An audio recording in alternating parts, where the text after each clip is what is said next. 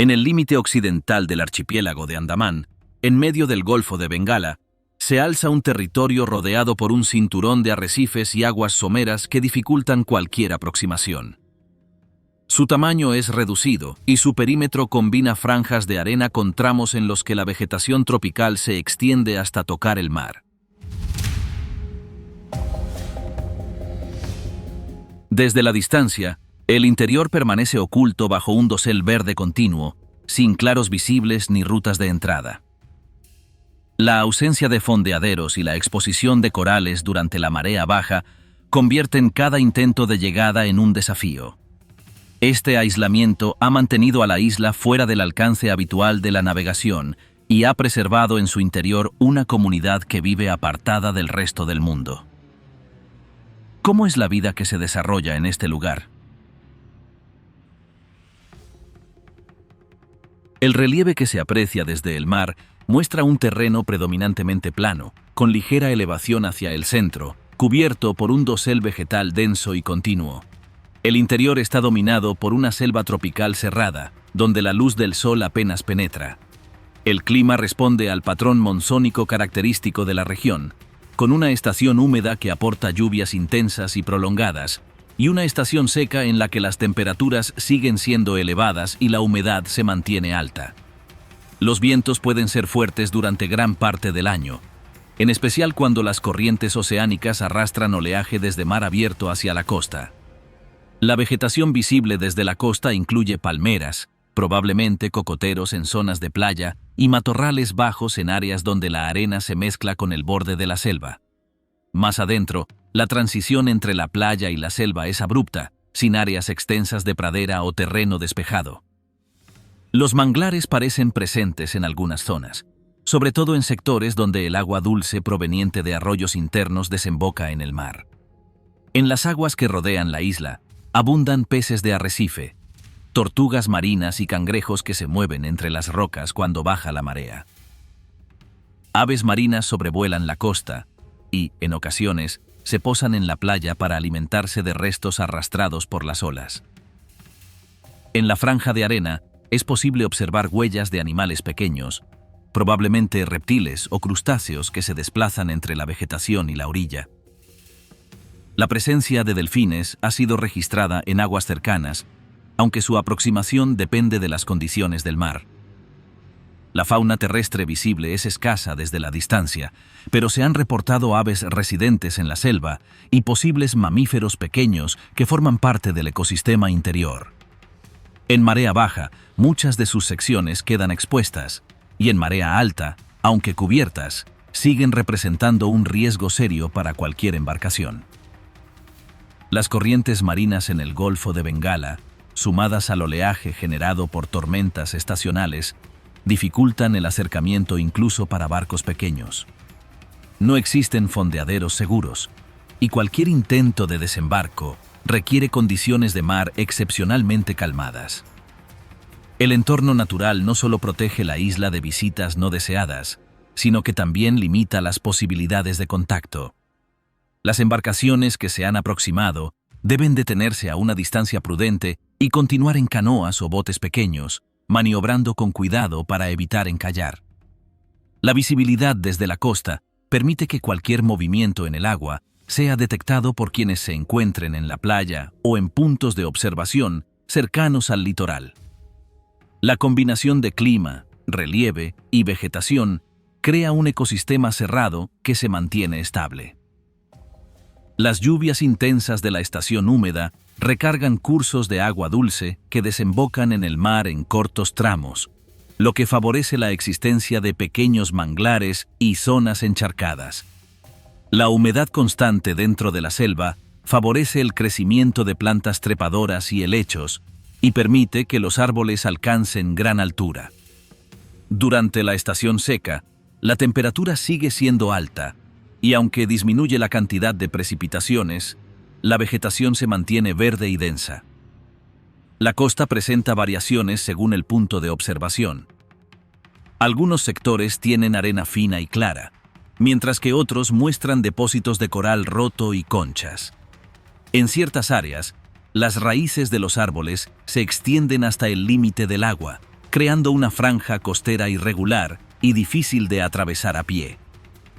La línea de marea es evidente, y los restos arrastrados por el mar se acumulan en puntos donde la forma de la costa retiene objetos flotantes.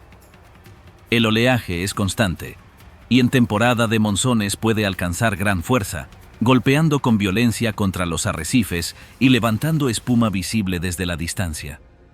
Este fenómeno impide que se mantenga una línea de navegación estable cerca de la costa. Las observaciones desde embarcaciones y sobrevuelos confirman que no existen caminos abiertos ni claros extensos en el interior de la isla. La continuidad de la selva hace que el desplazamiento terrestre sea lento y que cualquier visitante se vea obligado a abrirse paso entre vegetación densa. El dosel arbóreo cubre gran parte de la superficie, lo que dificulta el uso de referencias visuales desde el aire. Las playas, al ser estrechas, ofrecen poco espacio para establecer campamentos temporales sin quedar expuestos a la vista desde el interior. El aislamiento geográfico y la ausencia de facilidades para el acceso han mantenido a la isla fuera de rutas marítimas regulares. Los barcos que navegan por el Golfo de Bengala evitan la zona debido a la peligrosidad de los arrecifes y a la falta de necesidad de aproximarse. Las cartas náuticas marcan la isla como un punto de precaución, y las regulaciones oficiales prohíben el desembarco para proteger tanto a la población local como a los visitantes de posibles riesgos. Las corrientes que rodean la isla varían en intensidad según la temporada. Durante el monzón del sudoeste, el flujo de agua puede ser más fuerte en la costa occidental, mientras que en la estación seca las condiciones son algo más estables, aunque nunca completamente seguras para la navegación. Estas corrientes, sumadas a la topografía submarina, hacen que incluso los nadadores experimentados tengan dificultad para moverse en las proximidades sin asistencia. La selva y el mar funcionan como un sistema integrado de protección. La distancia a otras islas habitadas del archipiélago es suficiente para que no existan rutas de tránsito casual, y la ausencia de señales artificiales desde la costa refuerza la impresión de un lugar completamente desconectado del exterior. Todo lo que se observa desde mar o aire confirma la dificultad extrema para cualquier intento de penetrar en su interior y explica por qué este territorio permanece, hasta hoy, uno de los entornos más inaccesibles y protegidos del planeta. Las chozas que se observan en Sentinel del Norte tienen una forma sencilla y funcional, adaptada al terreno y a los materiales que se encuentran en la isla. Suelen ser estructuras bajas, alargadas o semicirculares, con techos inclinados que permiten que el agua de lluvia escurra sin acumularse. Se construyen sobre el mismo nivel del suelo, sin plataformas elevadas, y se ubican aprovechando claros entre los árboles cercanos a la costa. La distancia entre una choza y otra no sigue un patrón fijo, pero tiende a dejar un espacio suficiente para el tránsito y para actividades comunes al aire libre. Las paredes, cuando existen, están formadas por materiales vegetales entretejidos o por ramas colocadas de forma vertical. En algunos casos, las chozas no tienen paredes completas, lo que permite que el aire circule y que el humo del fuego se disipe con rapidez. El suelo interior no presenta pavimento ni revestimiento, y suele estar cubierto únicamente por arena o tierra limpia. En algunos campamentos, se ha observado que el interior se mantiene despejado, sin acumulación de restos vegetales, lo que indica un mantenimiento regular. El espacio es reducido, suficiente para que las personas se recuesten o se sienten alrededor de un fuego pequeño. No hay divisiones internas visibles, lo que sugiere que las chozas sirven para el descanso y como refugio básico durante la noche o en condiciones de mal tiempo. El fuego ocupa un lugar central en el campamento. Las hogueras se ubican en el interior o en las inmediaciones de las chozas, protegidas por piedras o por un pequeño círculo de arena para evitar que las brasas se extiendan. El combustible suele consistir en ramas secas y trozos de madera recogidos en las cercanías. La protección contra la lluvia se logra cubriendo parcialmente las brasas con hojas grandes o improvisando pequeños techos con ramas. Las ramas y troncos se cortan con instrumentos afilados de piedra o con herramientas tradicionales que podrían incluir cuchillas de metal obtenidas de naufragios o contactos ocasionales. El ensamblaje se realiza sin clavos, usando fibras vegetales para unir los componentes. Este método permite levantar una estructura en poco tiempo y repararla fácilmente cuando es necesario. En algunos casos documentados, las hogueras están situadas justo a la entrada de la choza, lo que facilita la cocción de alimentos sin necesidad de mover grandes recipientes. En otros, el fuego se coloca en el centro de un espacio comunal, donde varias personas pueden reunirse para cocinar o trabajar al mismo tiempo. El entorno inmediato del campamento suele estar despejado de vegetación baja, lo que reduce el riesgo de que las llamas se extiendan accidentalmente. La limpieza del área también facilita la detección de visitantes o animales que se acerquen desde la selva. No se han observado cultivos en las cercanías, lo que indica que el espacio se utiliza principalmente como zona de vivienda y de actividades cotidianas. Las observaciones aéreas muestran que algunos campamentos tienen acceso directo a la playa, mientras que otros están situados unos metros tierra adentro. La elección de la ubicación puede depender de la temporada, del estado del mar o de la disponibilidad de recursos cercanos. En temporada de lluvias, las áreas elevadas y con buen drenaje parecen preferidas para evitar inundaciones temporales. En cuanto a la organización del espacio, no se ha identificado una jerarquía evidente en el tamaño o la ubicación de las chozas. Todas mantienen proporciones similares y materiales equivalentes, lo que sugiere una distribución equitativa entre quienes las ocupan. Los objetos comunes, como grandes cestas o recipientes, se colocan en áreas accesibles para todos, lo que indica que ciertas tareas se realizan de forma colectiva.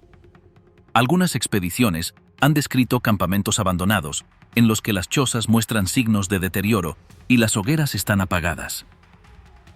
Estos lugares ofrecen información sobre el desgaste natural de las estructuras. Los techos se colapsan cuando las fibras se pudren, y las paredes se derrumban al perder tensión.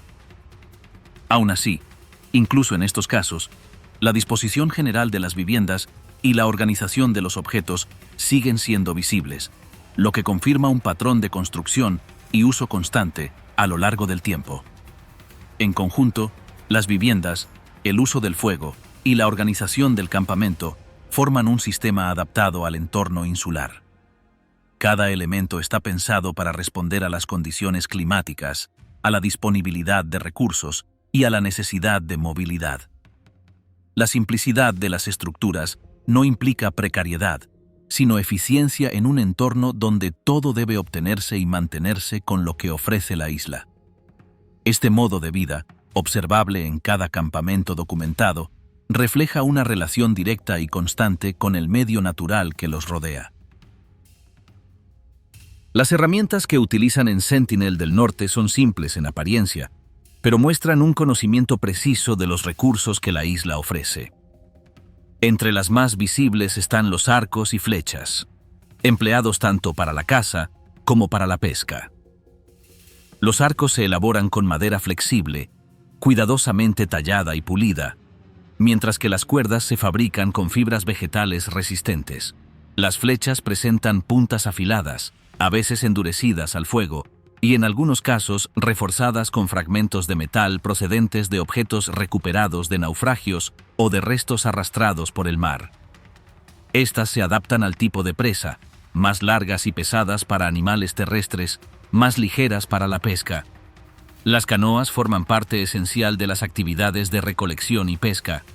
Son embarcaciones pequeñas, talladas a partir de troncos, con un diseño que permite moverse cerca de la costa y dentro de las lagunas protegidas por arrecifes. No están pensadas para largas travesías marinas, ya que su estabilidad disminuye en aguas abiertas. Su tamaño permite que una o dos personas las manejen con facilidad usando pértigas o remos cortos. La ausencia de quillas profundas facilita la navegación en zonas someras, lo que es útil para acceder a bancos de peces, recoger moluscos o transportar objetos pesados desde la playa. Para la recolección de miel y frutos, utilizan recipientes y cestas elaboradas con fibras vegetales trenzadas. Las cestas presentan una estructura ligera pero firme, que permite transportar carga sin que se rompa. Los recipientes, a menudo hechos con secciones de bambú hueco o con calabazas secas, sirven para guardar líquidos o alimentos pequeños. Estas piezas muestran un trenzado uniforme, lo que indica una técnica bien dominada y transmitida de generación en generación. La pesca se realiza de distintas formas, según las condiciones del mar y la especie buscada. En zonas poco profundas, se emplean lanzas de madera con varias puntas que permiten atrapar peces pequeños y medianos. En las desembocaduras de arroyos y lagunas costeras, se utilizan arcos y flechas para disparar a peces que nadan cerca de la superficie. Esta técnica requiere precisión y rapidez, ya que el objetivo puede escapar con un solo movimiento. La caza de tortugas marinas y grandes peces implica un trabajo en grupo, en el que se rodea al animal y se lo sujeta hasta que queda inmovilizado. En la recolección de mariscos, los centineleses caminan por las zonas intermareales durante la marea baja. Allí recogen moluscos, cangrejos y otros invertebrados que luego transportan en cestas o directamente en las manos. Los caparazones y conchas que se encuentran cerca de los campamentos confirman la importancia de esta actividad en su alimentación. La extracción de ciertos mariscos requiere romper conchas duras, lo que realizan golpeando contra piedras planas. La caza en tierra incluye la captura de aves, pequeños mamíferos y reptiles. Para estas presas, las flechas pueden tener puntas menos afiladas, diseñadas para aturdir en lugar de atravesar. En algunas expediciones se ha documentado el uso de trampas simples, hechas con cuerdas vegetales y ramas, colocadas en lugares de paso de animales. Los restos óseos hallados cerca de las hogueras indican que estas capturas se consumen asadas o cocidas. El uso de herramientas no se limita a la caza y la pesca. Para cortar madera o abrir frutos duros, se emplean cuchillas rudimentarias, algunas hechas de piedra afilada, otras de metal recuperado. Estas piezas se insertan en mangos de madera para mejorar el agarre y el control. Su tamaño varía según la función, más largas para cortar troncos, más pequeñas para trabajos de precisión como limpiar pescado o preparar fibras vegetales. En la recolección de miel, la técnica observada implica localizar panales en huecos de árboles y emplear humo para ahuyentar a las abejas. El humo puede generarse con brasas transportadas en hojas grandes o en recipientes improvisados. Una vez despejado el acceso, se extraen los panales y se colocan en recipientes de bambú o calabaza. Esta actividad requiere coordinación y cuidado para evitar picaduras. Las canoas no muestran adornos visibles ni pintura, y su mantenimiento parece realizarse con frecuencia, ya que las maderas expuestas al agua salada se deterioran con rapidez. En algunos casos, se han encontrado embarcaciones abandonadas en playas alejadas, posiblemente por daños irreparables o porque su ubicación ya no es útil para las rutas de pesca. En cuanto a la organización de las tareas, las actividades de pesca y recolección suelen concentrarse en horarios de luz diurna y en función de las mareas. El regreso al campamento se produce antes del anochecer, cuando las capturas se procesan y se reparten. Los utensilios se limpian y se colocan en zonas específicas del campamento para su próximo uso. Cada pieza se mantiene en servicio el mayor tiempo posible, reparándose cuando es necesario. Las flechas dañadas pueden recibir nuevas puntas, y las cuerdas de los arcos se reemplazan con fibras frescas cuando pierden tensión. En algunas zonas de la isla, los visitantes han encontrado restos de antiguos campamentos con herramientas abandonadas. Estos hallazgos muestran continuidad en el diseño de ciertos objetos, lo que indica que las técnicas han cambiado poco a lo largo del tiempo. La preparación de las fibras vegetales para cuerdas y redes implica un proceso de secado y trenzado. Las fibras se extraen de cortezas o tallos, se lavan para eliminar impurezas y se dejan secar al sol. Luego se retuercen en tiras largas, que pueden usarse directamente como cuerda o combinarse para formar redes más resistentes. Aunque no se han documentado redes de pesca extensas, es posible que se utilicen tramos pequeños para atrapar peces en zonas muy someras. El transporte de piezas grandes, como troncos para canoas o animales cazados, se realiza de forma colectiva. Los troncos se cortan en la selva y se arrastran o transportan por la playa hasta el lugar de trabajo. Allí se vacía el interior con herramientas afiladas, un proceso que puede requerir varios días. Durante este tiempo, la pieza se mantiene en un lugar protegido, lejos de la línea de marea. Las actividades de recolección en la selva incluyen la búsqueda de frutos comestibles y tubérculos. Aunque no se han identificado cultivos, la variedad de plantas aprovechadas demuestra un conocimiento detallado del entorno. Los frutos se recogen en temporada y se consumen frescos o se almacenan temporalmente en cestas. Algunos tubérculos se cuecen antes de comerlos, para ablandar su textura y mejorar el sabor. En conjunto, las herramientas, técnicas de pesca y métodos de recolección en Sentinel del Norte forman un sistema estrechamente vinculado a las condiciones naturales de la isla. Cada objeto, desde una simple cesta hasta una canoa, responde a necesidades específicas y aprovecha al máximo los materiales disponibles. La continuidad en el diseño y el uso de estos elementos revela una tradición práctica y eficiente, mantenida a lo largo del tiempo sin depender de influencias externas. Este conjunto de prácticas asegura la obtención de alimento y recursos esenciales de manera constante, adaptándose a los cambios de estación y a las variaciones del mar. Los primeros acercamientos registrados hacia Sentinel del Norte en la era moderna muestran un patrón constante de cautela por parte de sus habitantes. Cuando embarcaciones de exploración o patrullaje se aproximan, la reacción visible suele ser la vigilancia desde la orilla o desde zonas parcialmente cubiertas por la vegetación. En varios casos, hombres armados con arcos y flechas han ocupado posiciones estratégicas, observando los movimientos de las embarcaciones sin dar señales de acercarse. En visitas documentadas, la aproximación a la playa ha sido recibida con gestos que pueden interpretarse como advertencias. Entre ellos, levantar el arco con una flecha apuntando hacia el mar o realizar movimientos de balanceo del cuerpo. En ciertas ocasiones, se ha observado que algunos miembros de la comunidad gritan o emiten sonidos breves y repetitivos. La intensidad de estas acciones varía según la distancia de la embarcación y el comportamiento de quienes se acercan. En algunos contactos se han dejado objetos como obsequios en la arena o en balsas empujadas hacia la orilla.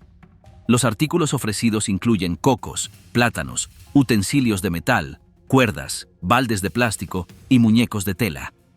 La respuesta no siempre es uniforme. En ocasiones, los sentineleses recogen los objetos después de que las embarcaciones se retiran.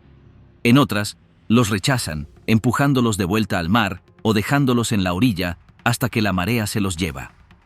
El tiempo que transcurre antes de que alguien se acerque a un objeto dejado en la playa puede variar desde unos minutos hasta varias horas.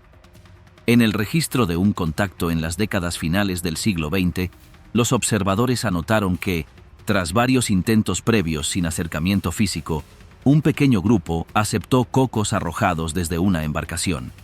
Los recogieron y los llevaron rápidamente hacia el interior, sin quedarse en la playa. En un contacto distinto, los visitantes describieron que, después de dejar diversos objetos en la arena y retroceder, los sentineleses se acercaron en grupo para examinarlos. Algunos artículos fueron tomados y llevados al bosque, mientras que otros, como prendas de ropa, fueron dejados en su sitio. En varias expediciones de observación, se ha registrado la presencia de mujeres y niños a distancia durante los acercamientos, aunque no participan directamente en el intercambio. Permanecen en zonas elevadas o parcialmente cubiertas, mirando hacia la playa. En cambio, los hombres adultos son quienes asumen la posición frontal, tanto para vigilar como para recoger objetos cuando deciden hacerlo. La disposición física en la playa durante un contacto suele ser ordenada. En ocasiones, se forman en línea o se dispersan en puntos estratégicos para cubrir un área amplia de vigilancia.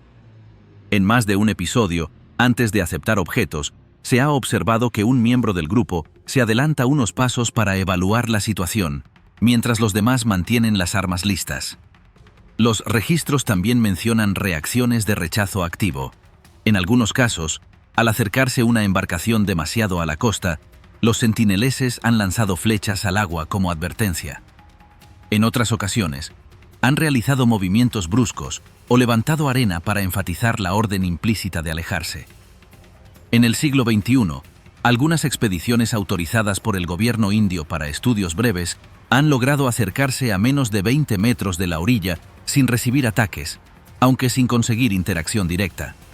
El manejo del contacto parece estar dirigido por un núcleo reducido de adultos, posiblemente líderes o personas con más experiencia en estas situaciones.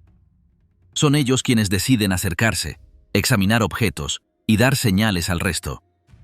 En un contacto registrado, después de examinar y aceptar algunos objetos, uno de estos hombres levantó el arco sin flecha, apuntó hacia el mar y realizó un gesto repetido de ida y vuelta, que los observadores interpretaron como una indicación para que la embarcación se retirara. En los registros visuales, se aprecia que las armas permanecen visibles incluso cuando el contacto es pacífico. Los arcos se mantienen tensados o listos para ser utilizados, y las flechas están al alcance inmediato. En un episodio documentado en las últimas décadas del siglo pasado, tras un acercamiento inicial tranquilo, un cambio en la posición de la embarcación provocó que los sentineleses retrocedieran rápidamente hacia la vegetación, manteniendo la vista fija en los visitantes.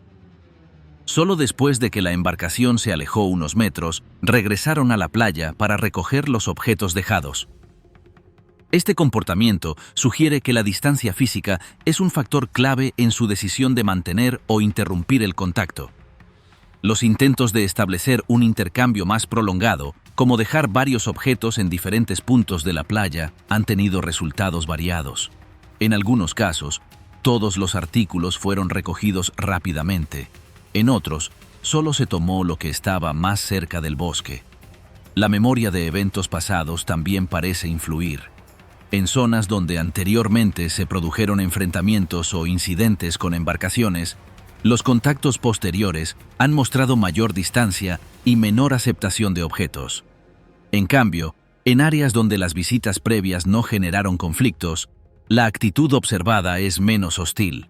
Incluso cuando los visitantes intentan establecer un intercambio repetido, la comunidad puede interrumpirlo en cualquier momento, simplemente dejando la playa y desapareciendo en la selva. El patrón repetido en diferentes décadas confirma que, aunque han existido momentos de aceptación limitada, la base de su relación con el exterior es la autonomía.